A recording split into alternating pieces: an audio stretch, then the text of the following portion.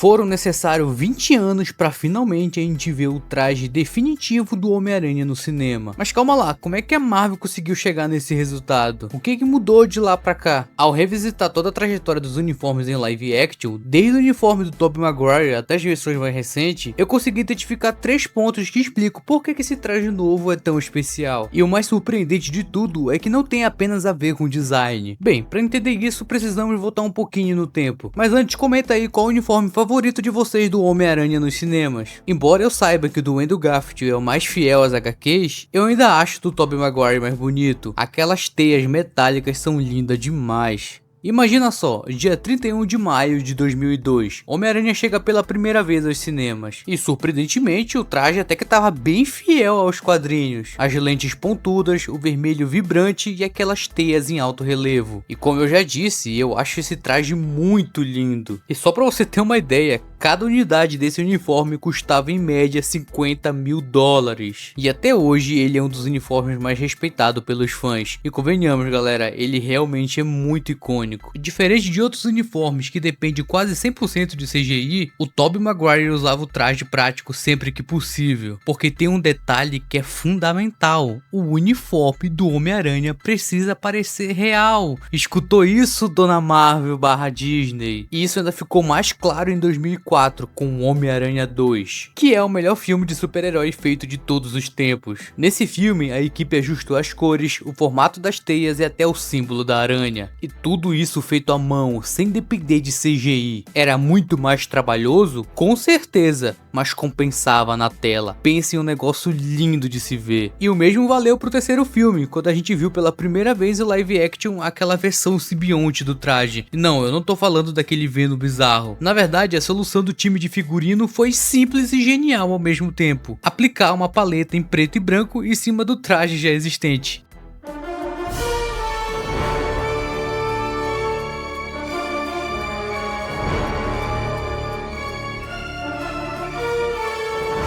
Absolute Cinema. O ponto é, os trajes da trilogia do Sam Raimi mostraram que não é a complexidade que importa, mas sim o equilíbrio entre fidelidade aos quadrinhos e criatividade nos detalhes. Foi isso que tornou aquele uniforme tão marcante e icônico. E se tem uma coisa que o novo traje prova logo de cara é esse primeiro requisito: ele é real. E isso já foi um grande acerto. Se o primeiro requisito é o traje ser real, o segundo é simples: ele também precisa ser bonito na tela, óbvio. E é por isso que vamos direto para 1º de maio de 2014. O espetacular Homem-Aranha 2 acabava de estrear e os fãs estavam enlouquecendo. Não pelo filme em si, que inclusive muita gente considera ele bem ruim, mas o verdadeiro motivo da empolgação era o uniforme. Mas afinal, o que esse traje tinha de tão especial? E a resposta é justamente o que explica porque o novo traje funciona tão bem. Mas primeiro, vamos analisar 2 uniformes que apresentam o mesmo problema: priorizar a função do uniforme ao invés da forma. O primeiro uniforme do espetacular Homem-Aranha é mais sombrio, lentes amareladas, botas que pareciam tênis, e na verdade esse visual parecia até meio ameaçador. A ideia do diretor Mark Webb era mostrar que o Peter Parker era um cara criativo e que faria um traje com as próprias mãos, usando o que tinha. Então ele pegaria óculos escuros, cortaria a sola do tênis, improvisaria tudo. Faz sentido? Até faz, só que no fim o resultado ficou distante do visual clássico que os fãs esperavam, e isso não pegou muito bem. Já no segundo filme eles corrigiram tudo: lentes brancas e maiores, teia em relevo inspirada no do Tobey, atiradores de teias visíveis e cores mais vivas. O traje ficou simplesmente perfeito, e é por isso que até hoje ele é considerado o melhor traje do Homem-Aranha pelos fãs. Um outro exemplo desse problema é o uniforme tecnológico do MCU. Claro, faz sentido Tony Stark dar um traje cheio de recursos modernos, mas a dependência de CGI tirou toda a parte da autenticidade. Foi literalmente o oposto que fez o traje do Andrew brilhar, cara. E aqui que entra o novo uniforme. Ele aprendeu com mais de 20 anos de experimentação e mistura do que havia de melhor no traje do Tobey e do Andrew. E o resultado disso foi uma versão moderna, equilibrada e visualmente incrível. Talvez a mais bonita já feita nos cinemas. No fim das contas, o traje perfeito do Homem-Aranha só demorou tanto tempo para existir por causa da própria história do personagem. Vamos voltar para 7 de julho de 2017, quando o Aranha do Tom Holland apareceu pela primeira vez. Dessa vez, nada de Tio Ben, nada de picada de aranha e até uma Tia May bem mais jovem. Mudanças bem inesperadas, mas que uma parcela dos fãs até que receberam bem, porque abriria espaço para contar outras partes da jornada. Só que teve um detalhe que incomodou a maioria. Não vimos a clássica cena do herói criando o próprio uniforme. Diferente do Tobey e do Andrew, que precisavam depender só deles mesmo, o Peter do Tom Holland recebeu o traje pronto das mãos do Tony Stark. Isso iniciou uma tendência nas duas primeiras aventuras solo. Sempre que ele precisava, o Tony Stark estava lá para salvá-lo, até mesmo depois da morte. Mas tudo mudou em dezembro de 2021, com o Sem Volta para Casa. Para quase todo mundo foi um dia inesquecível, mas pro pobre do Peter Parker foi o pior dia da sua vida. Ele perdeu